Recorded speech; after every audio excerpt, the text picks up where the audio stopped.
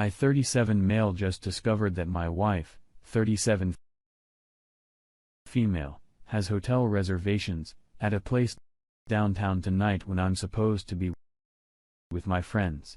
While using my wife's iPad, I saw an email confirmation for a hotel reservation downtown. Tonight, I am supposed to be hanging out with some friends. I've been having some suspicions lately for other reasons, including a 90 on the laundry after a recent business trip that I've never seen her wear.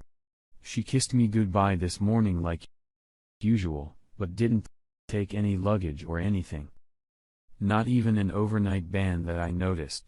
Not certain what to do. Any advice? I've been thinking of leaving work early and hanging out in the lobby nearby cafe, but I'm not certain it's a good idea. Update. So I went to the hotel. You may think I'm an idiot. You may think it's a nice ending. To tell the truth, it's not totally over yet. But it's in a good place because at least I can see possible finish lines. I'm going to be vague about some specifics just to be safe. I left work early and started driving to the hotel. It was well before the scheduled check-in time, and she is not the time to ever skip work. So I figured I'd probably see her in the lobby when she came to check in.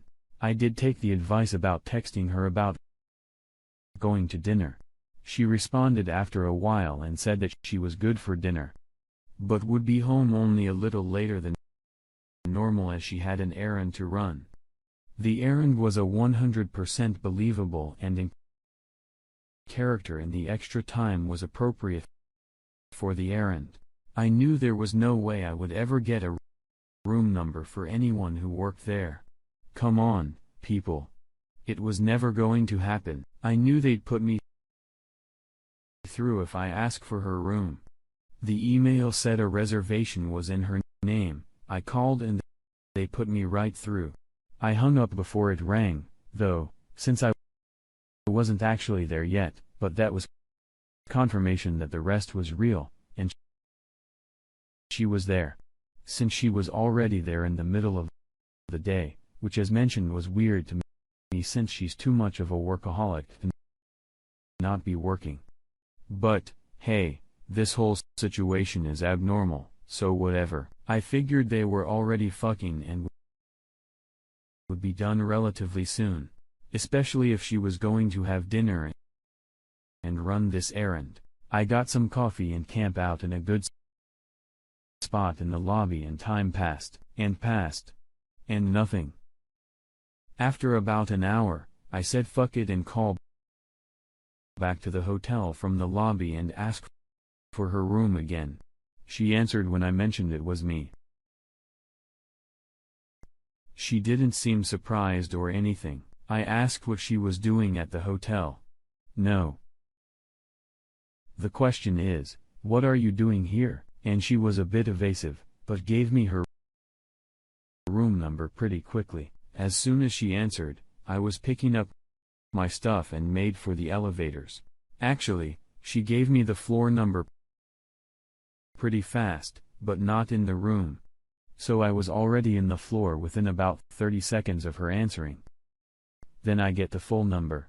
If there was someone trying to sneak out, there was a very small window of about 10 to 15 seconds where we might have crossed in the elevators. The whole time we're talking, me mainly asking what is going on, and she says she came here to work in a hotel room. Yes. I needed to get away. I go to the room. She's there waiting for me, looking puzzled. He's surprised to see me. No, well, kinda, honestly, she didn't seem more bewildered than guilty. So, we go in. And nothing, just her work computer up and running on online, and a bunch of the work papers, her planner, and notebook, spread out on a table and desk. Room service for one on a counter, one glass of ice water in a tray, one bottle of wine, partially drunk, one glass for the wine, one hand towel used in a bathroom, sit down. No yelling either. Some as expiration on her part, some slight offense that I thought something let me going on. To prove it, it was her. She opened up all her bags and showed me everything she brought with her. Workout clouds for the hotel workout center. She always loved those. Casual clothes for running the errand. She asked what I thought was going on. I told her how suspicious everything looks when she agreed.